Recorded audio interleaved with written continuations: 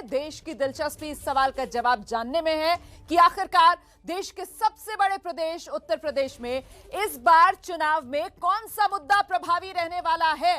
तो ये वो सवाल है और इसके जवाब के तौर पर ध्रुवीकरण का मुद्दा आप देख रहे हैं। 17% लोगों को लगता है कि ध्रुवीकरण अहम मुद्दा रहेगा इन यूपी चुनाव में। किसान आंदोलन लेकिन लगातार सबसे आगे बना हुआ है। हालांकि पिछले हफ्ते के मुकाबले उसमें गिरावट जरूर दर्ज की जा रही है, लेकिन अभी भी 21% लोग मानते हैं कि सबसे महत्वपूर्ण मुद्दा जो है किसान आंदोलन ही रहने वाला है इस चुनाव में। 16% कोरोना को मान रहे हैं सबसे प्रभावी मुद्दा जो इस चुनाव में रहने वाला है। कानून व्यवस्था 17% लोगों को लगता है कि कानून व्यवस्था जो है वो चुनाव का बड़ा प्रभावी मुद्दा बनेगा। सरकार का काम 11% लोगों को लगता है कि राज्य सरकार ने जो ओवरऑल काम किया है वो बड़ा प्रभावी मुद्दा रहने वाला है। प्रधानमंत्री मोदी की छवि, क्योंकि डबल इंजन का जिक्र खुद बार बार पीएम मोदी की तरफ से किया जाता है, 8% लोगों को लगता है कि डबल इंजन की सरकार वाला जो मामला है, मतलब प्रधानमंत्री की जो छवि है वो इस बार यूपी चुनाव में निर्णायक भूमिका में आ सकती है और वो उत्तर प्रदेश चुनाव का बड़ा प्रभावी मुद्दा रह सकता है। इसके अलावा अन्य मुद्दे जिसमें महंगाई भी है, बेरोजगारी भी है, 10% लोगों का मानना है कि अन्य मुद्दे होंगे जो इस यूपी चुनाव में महत्वपूर्ण रह सकते हैं। लेकिन सबसे बड़ा मुद्दा इस बार यूपी चुनाव में किसान आंदोलन, ये आंकड़ा सामने निकल कर आ रहा है और ऐसे में सीधे आपको लेकर चलते हैं कुशीनगर। मनोज्ञा हमारे साथ मौजूद हैं। मनोज्ञा, चुनाव में सबसे प्रभावी मुद्दा कुशीनगर क्या कह रहा है? बुद्धम शरणम गच्छामि, धम्मम शरणम गच्छामि।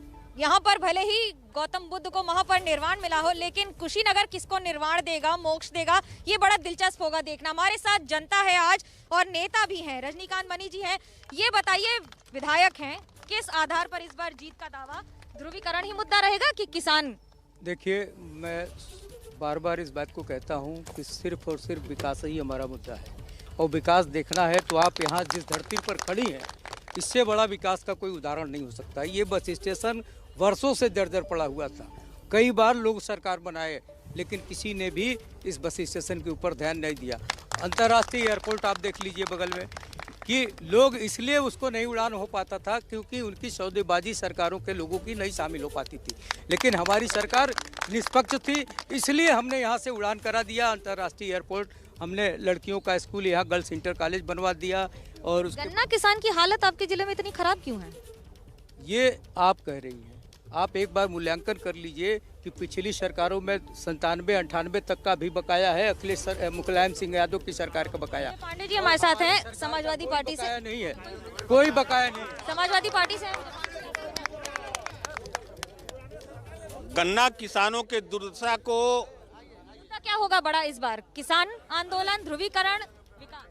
नहीं, किसान की समस्या इस समय सबसे बड़ी चुनौती बनकर मुद्दा बन के आएगा।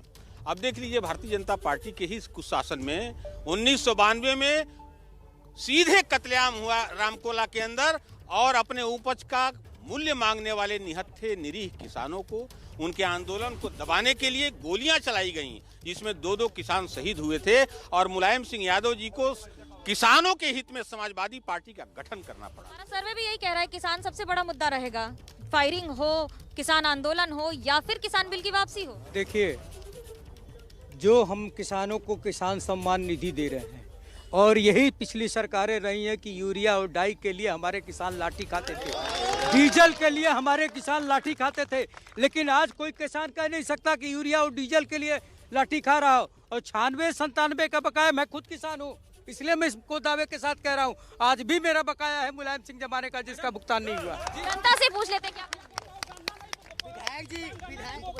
सबसे पहले विधायक जी जो कह रहे हैं, विधायक जी उम्र में लंबे हैं, हमसे अनुभवी हैं।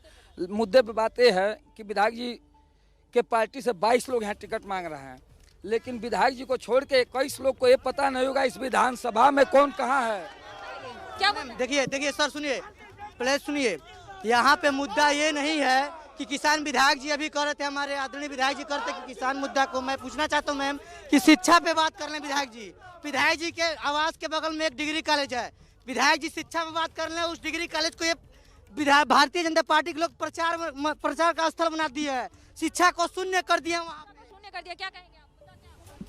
मास्क लगा के। हाँ, हमारे देखिए, हमारी गवर्नमेंट में मुद्दा ये था कि ये लोग एयरपोर्ट कर उड़ाएंगे, उड़ाए नहीं, उड़ाया हम लोग। अब ये करे हम लोग फीता काटे हैं। विकास अहम मुद्दा है और भारतीय जनता पार्टी सरकार ने विकास किया है। विकास का उदाहरण सामने है। अंतर्राष्ट्रीय एयरपोर्ट, गन्ना किसानों का भुगतान 31 दिसंबर तक का हो चुका है। गन्ना किसानों का कोई बकाया नहीं है। राष्ट्रीय सुरक्षा और घर सुरक्षा, दोनों सुरक्षा, मतलब लोगों की सुरक्षा और राष्ट्रीय सुरक्षा। भारतीय जनता पार्टी की सरकार 2017 में बनाई, हम लोग ने 19 में सरकार हम लोग ने बनाई है भारतीय जनता पार्टी। भाजपा की सरकार हम लोग की बनने जा रही है। समाजवादी पार्टी की सरकार में केवल परिवारवाद की बात होती है, लेकिन भारतीय जनता पार्टी सबका साथ, सबका विकास और सबका विश्वास की बात करती है। इसलिए करती है कि सारे लोगों का उत्थान करने की बात। हमारी सरकार किसानों के हित में 28 फरवरी तक क्रय केंद्र चलवा रही है, सम्मान निधि दे रही है, गन्ने का पेमेंट दे रही है। हम योगी की सरकार से खुशहाल हैं। अगर गई बात किसान आंदोलन, मैडम पूर्वांचल अति पिछड़ा इलाका है, यहाँ पर जल जनित रोग था और भारतीय जनता पार्टी की सरकार बनने पर 95% मृत्यु दर बच्चों का यहाँ घटा हुआ है। एम्स बना है।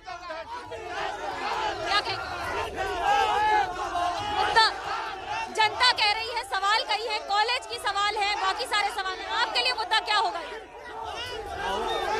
देखिए, सबसे बड़ा काम विकास है और विकास के आधार पर हम सरकार बनाने जा रहे हैं। बस एक बात।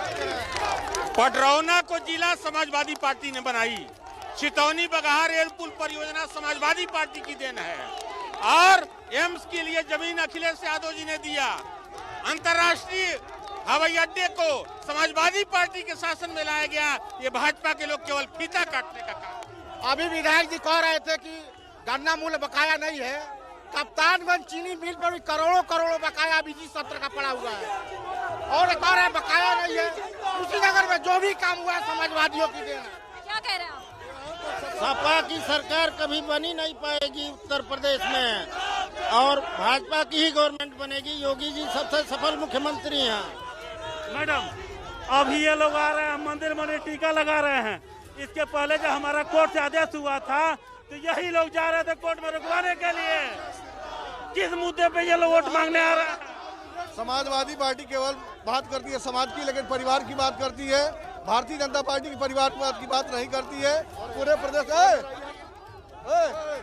देखिए, ये कार्यकर्ताओं में बातचीत की जगह मारपीट शुरू हो गई है और ये हालात है इस समय चुनाव की राजनीति के। ये भी एक तस्वीर है उत्तर प्रदेश की राजनीति की। आप देख लीजिए, बात करते करते, डिबेट करते करते रोमाना सवाल सर्वे का और सवाल के साथ ही साथ लड़ाई। दोनों पक्षों के कार्यकर्ता एक साथ यहाँ पर मारपीट कर।